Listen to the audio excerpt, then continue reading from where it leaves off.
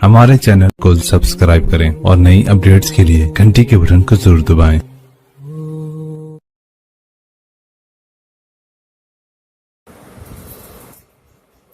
बिस्मिल्लाहिर्रहमानिर्रहीम, अस्सलामु अलैकुम वरहमतुल्लाहि वबरकातुहू। नाज़रीन इकराम, आप देख रहे हैं ज़मज़म ग्राफी गुजरात फाइल्स पस पर्दा हक़ाइक़ का इंकशाफ।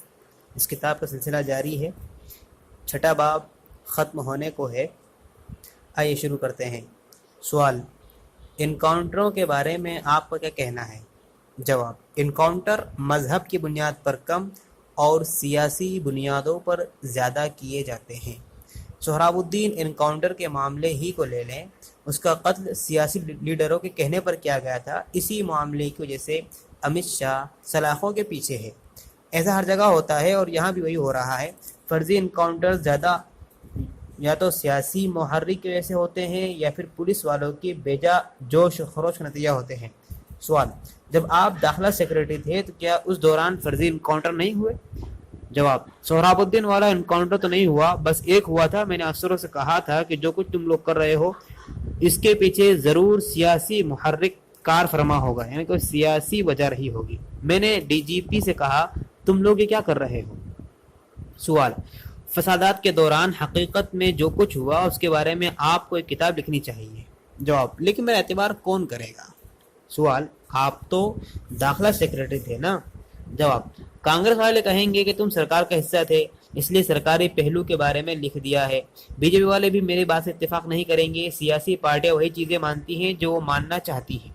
अशोक नारायण के साथ मेरी ये आखिरी मुलाकात थी। उन्होंने तकरीबन हर उस शय की तस्दीक कर दी थी जिसके बारे में मैं बरसों से अफसरों के साथ रिकॉर्ड से परे गुफ्तगू में सुनती आ रही थी।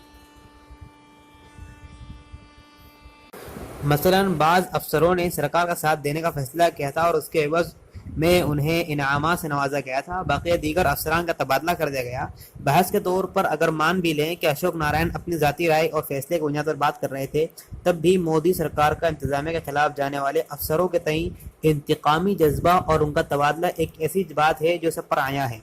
राहुल शर्मा, रंजीश राय, मनीष वर्मा और कुलदीप शर्मा जैसे अफसरों के 20-20 साल पुराने मामूली मामलों को निकालकर उनके खिलाफ इस्तेमाल किया गया। ये वो अफसर थे जिन्होंने अदल इंसाफ को परचम ऐसे वक्त में बुलंद रखने की कोशिश की थी जब गुजरात में अदल इंसाफ बुरी तरह हिचकोले खा रहा था। उसकी वजह से आज तक उनको सताया जा रहा है। आने वाले सफहात में हम देखेंगे कुलदीप शर्मा को जिसे गुजरात का डीजी बनना चाहिए था, किस तरह तरक्की से सिर्फ इसलिए महरूम रखा गया कि उसने उस वक्त के वजीर दाखिला अमित शाह के खिलाफ माधोपुरा को ऑपरेटिव मामले में तहकीकात करना शुरू कर दिया था। राहुल शर्मा को मुअत्तल किया गया और उसके खिलाफ मुकदमे दायर किए गए क्योंकि एक मदरसे में उसने फसादियों को रोका था और बाद में गुजरात फसादात के दौरान मुख्तलिफ वज़रा के फ़ोन रिकॉर्ड तहकीकाती कमीशन के हवाले कर दिए थे। गुबार छटना बस अभी शुरू ही हुआ है। अशोक नारायण ने इस रियासत की जानिबदारी और साजबाज की तस्दीक तो कर ही दी थी, जहां 3 महीने तक चलने वाले एक निहायत खतरनाक फसाद के दौरान खून बहाने की इजाज़त दे दी गई थी। अब वक्त आ चुका था कि नए किरदार और नए बाप का रुख किया जाए।